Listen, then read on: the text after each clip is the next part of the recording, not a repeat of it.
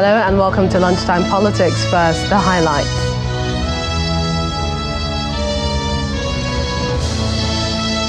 Vice President Kashim Shettima represents President Bola Tinubu for the 15th edition of the BRICS Summit taking place in South Africa.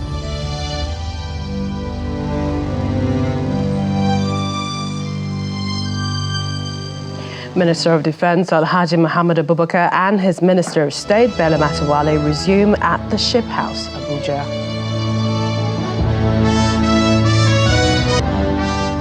Plus, more governors roll out palliative plans to cushion the effect of subsidy removal for Nigerians.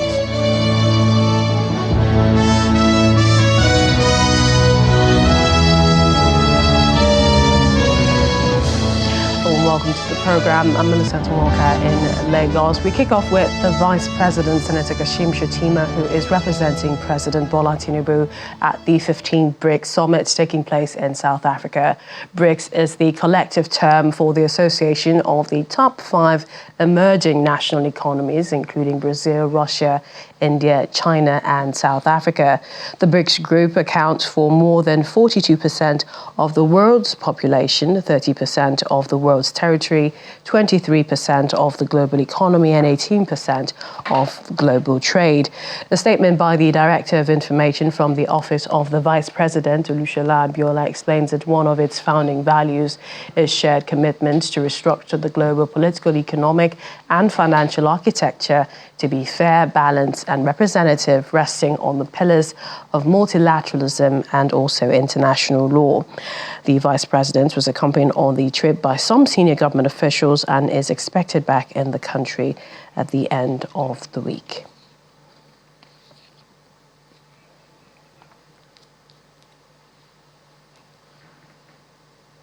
Well, back home, almost 3 months after his inauguration, the president seemed set to go full throttle on the actualization of his renewed hope agenda with the swearing in of 45 members of cabinet. The ministers took their oath of office in batches with a charge by the president not to fail Nigerians. And defend the law and order. As your country honors you today, by this call to service, you must each work to make yourselves worthy in the eyes of God and all our nation's people. Your highest obligation is to restore public faith in government so that our people can once again believe that the right hands, the government, can show and believe in you, that the government can be a positive force for transformation and a vehicle for collective progress of this country. I wish you success in this new assignment. We are in this boat.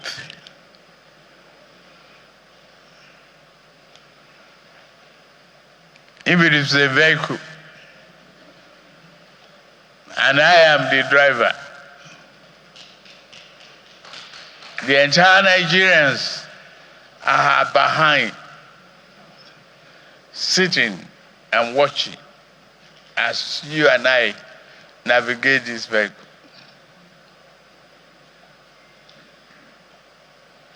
We must hold each other responsible.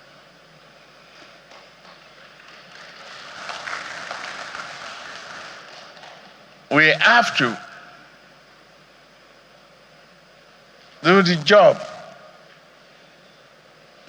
to meet the expectation of all Nigerians. As I said earlier on, you are not a minister of a particular state, colony, region, or ethnic nationality. You are a minister of Federal Republic of Nigeria.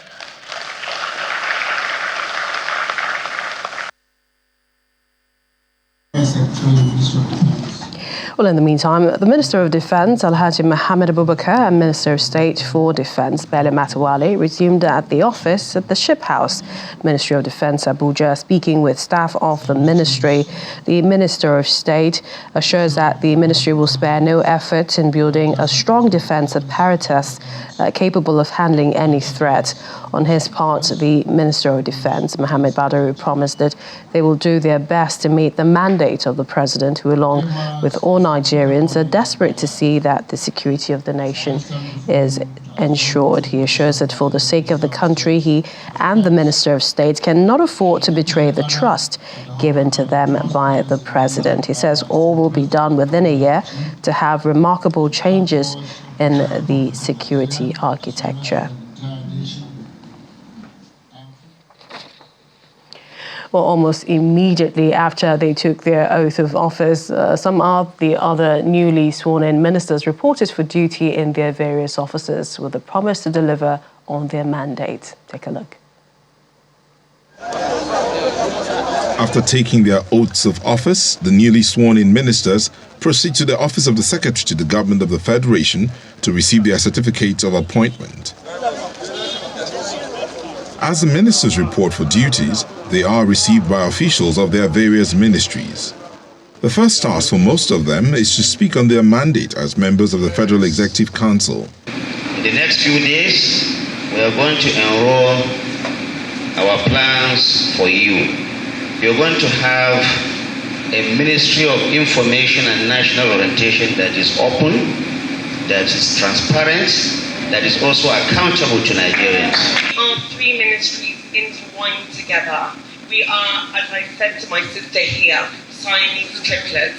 So whatever we do going forward in the administration, we will make sure we do it in unison and together. I must tell you, I do believe that at this point, Nigeria stands on the precipice of greatness. We have always been a great nation, but we are literally on the precipice of greatness. We need everybody to serve our country. But most importantly, we need our Minister of Orientation, we need our Sister Art and Culture, and we need the other ministries to collaborate with us, because without them, we cannot serve our country. We need their help. For the Minister of Labour, the immediate task is to resolve all industrial issues. On the relationship with organized labour, the government through the ministry shall work closely with the NLC, the TUC and their affiliates towards not only ensuring that all pending industrial disputes are settled amicably, but also addressing with strong determination the new minimum wage and other palliatives arising from the removal of subsidies.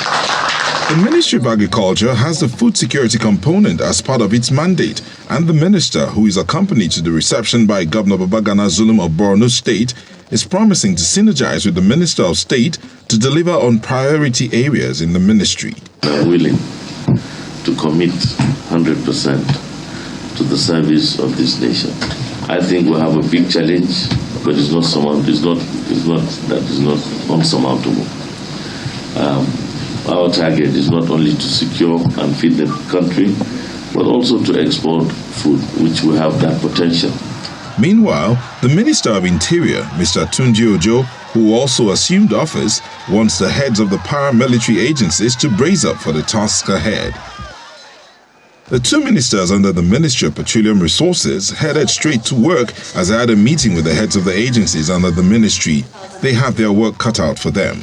We will work by providing intentional and timely interventions to strengthen the entire gas value chain, covering gas exploration, production, gas distribution, and gas consumption, as well as gas pricing. I'm here with one agenda, and that agenda is increased production.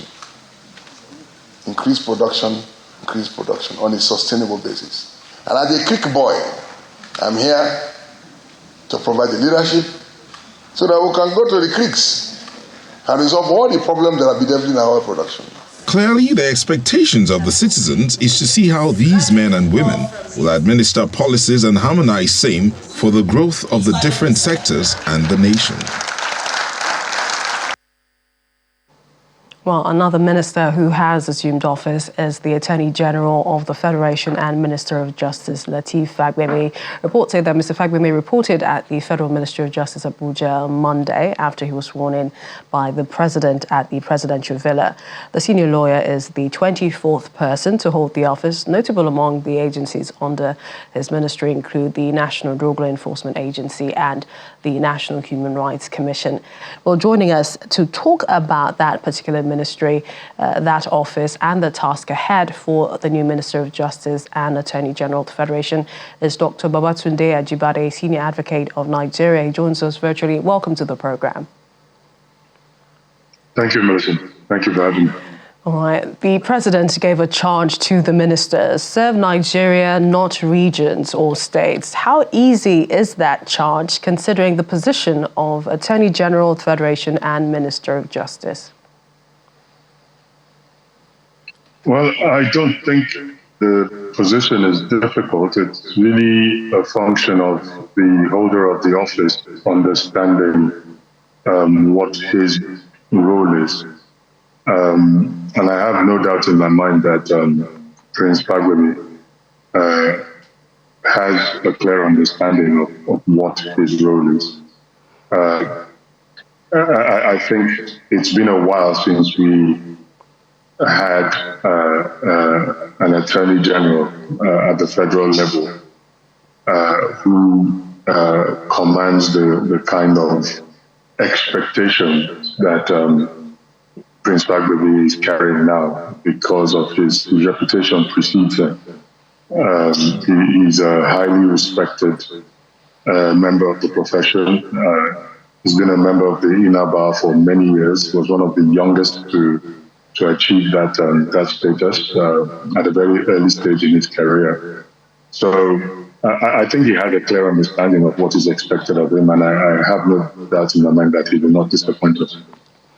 But first, are you of the school of thought that those two roles should have been separated, AGF, Minister of Justice, and what do you think, in light of this, would be top priorities for him? Well, I mean, the question as to whether you separate the role of AGF and Minister of Justice, I think has more bearing, going back to what I said, with the character of the person holding that office. Even if you separate the roles and the person occupying either office doesn't have the independence of mind or the acumen to discharge the responsibilities of the office properly, separating the office won't solve the problem. But if you have the right person in that office as combined, or in those offices as separated, and I think you have a great chance of achieving success. It's impossible to underestimate the importance of the office. As has been noted repeatedly, the office of Minister of Justice and Attorney General is the only ministerial office that is specifically designated in the Constitution. And I think that is a recognition of how important that role is for the proper functioning of government. Well, as much as there is that, there are also potential challenges that he could face, right? Oh, absolutely. Absolutely. It's a ministry that cuts right across.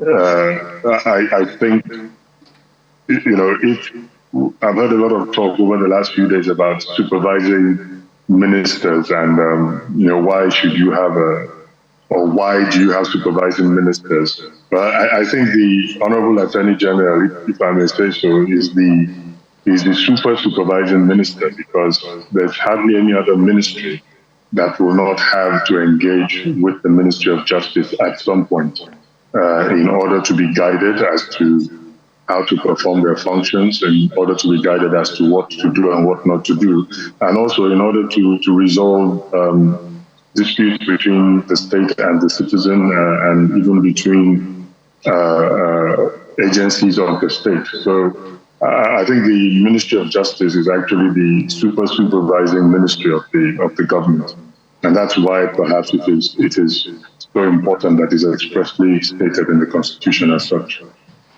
How much boost would you say are human rights in Nigeria generally will be getting, with him in that office?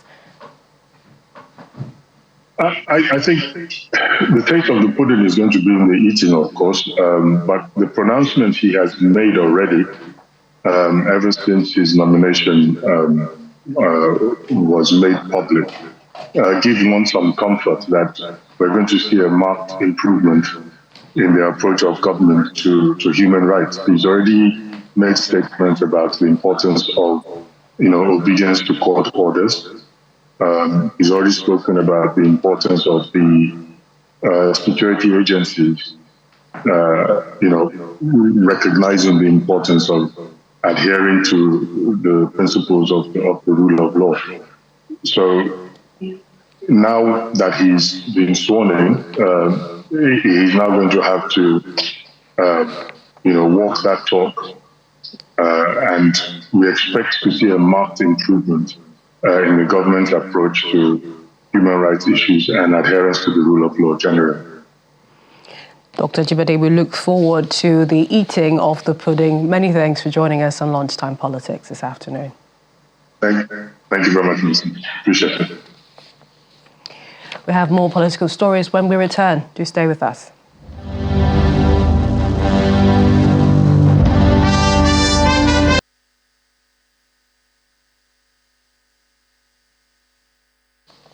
Welcome back.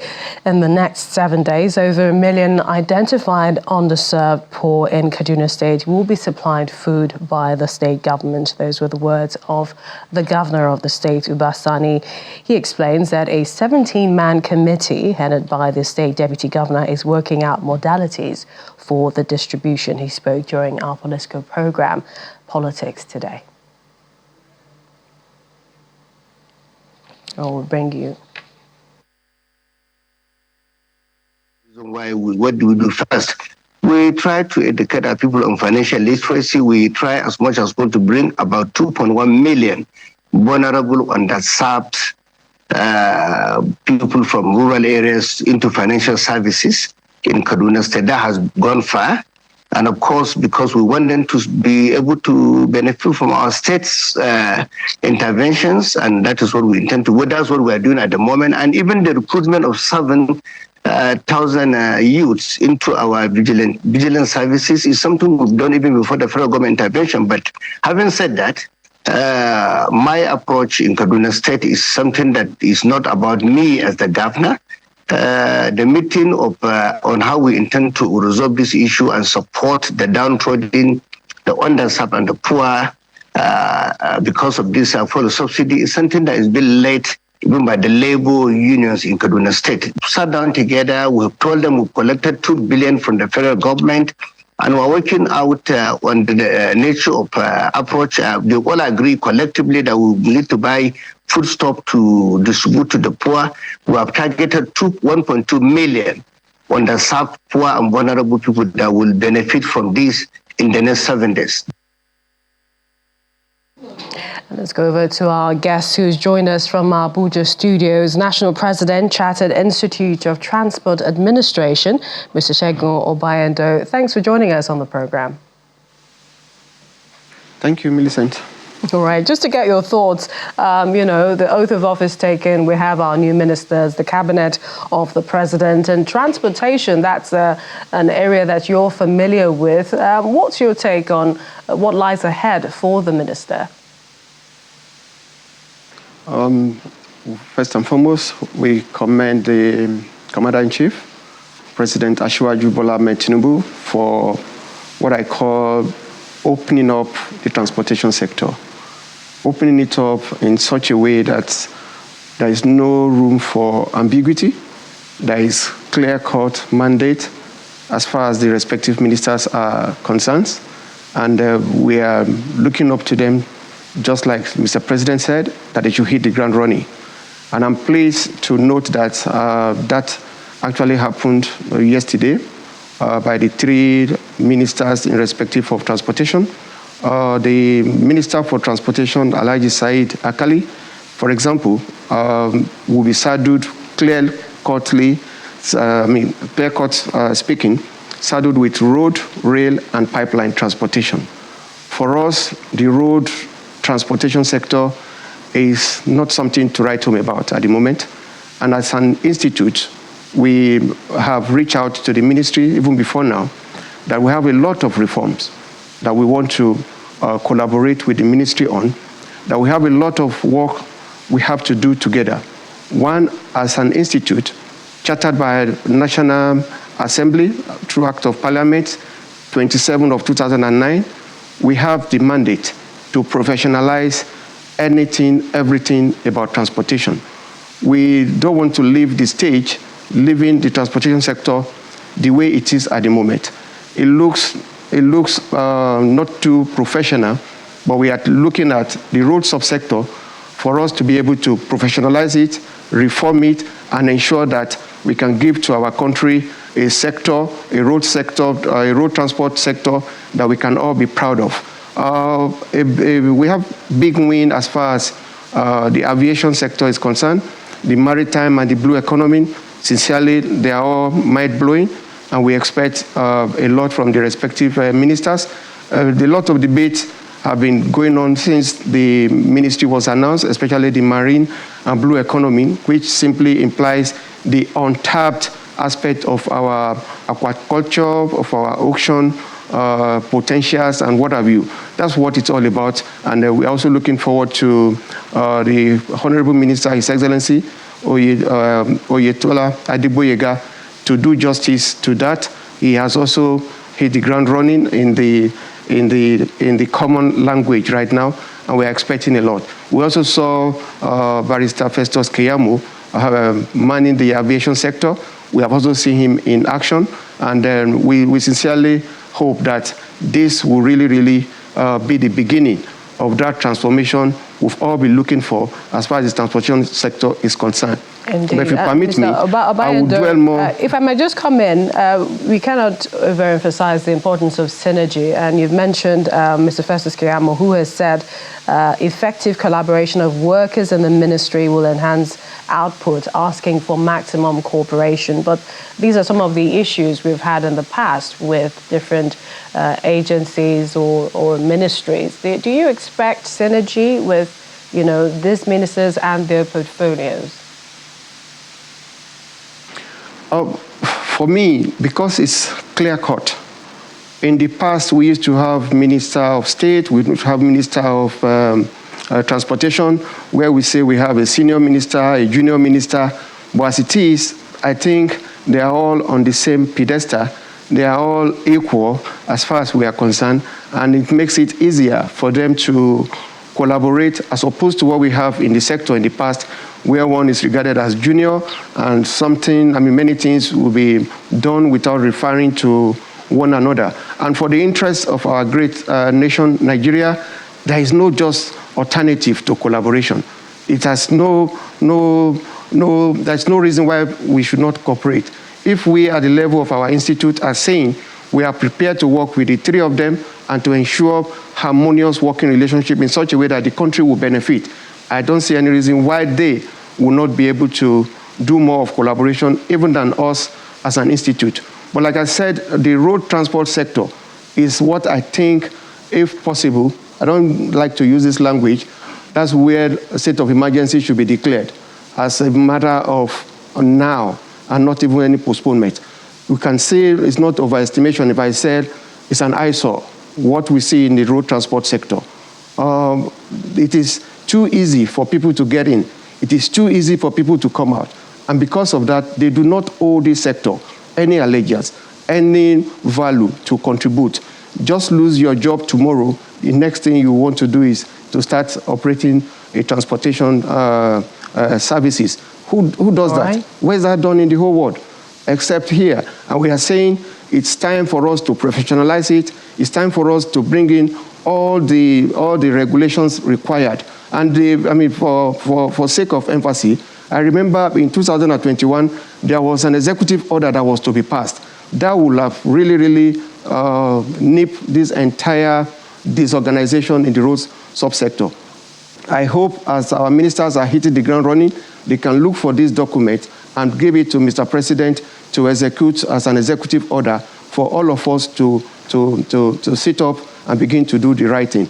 Enough of all the eyesore and the image the road subsector is giving to this country. Lots of expectations there from the men and women. Thank you so much, National President, Chartered Institute of Transport Administration, Mr. Sego Obayando. Thanks for joining us on the program. Thank you for having me. We head to Anambra State, where the governor, Professor Chukwuma Soludo, has continued to strengthen the synergy between the executive arm and the legislature, insisting that it's the way to build a sustainable, livable and prosperous homeland. The governor, who attended the ongoing Anambra State Executive and Legislature joint retreat at Amocha local government area, notes that the retreat is to push and achieve the One Anambra agenda.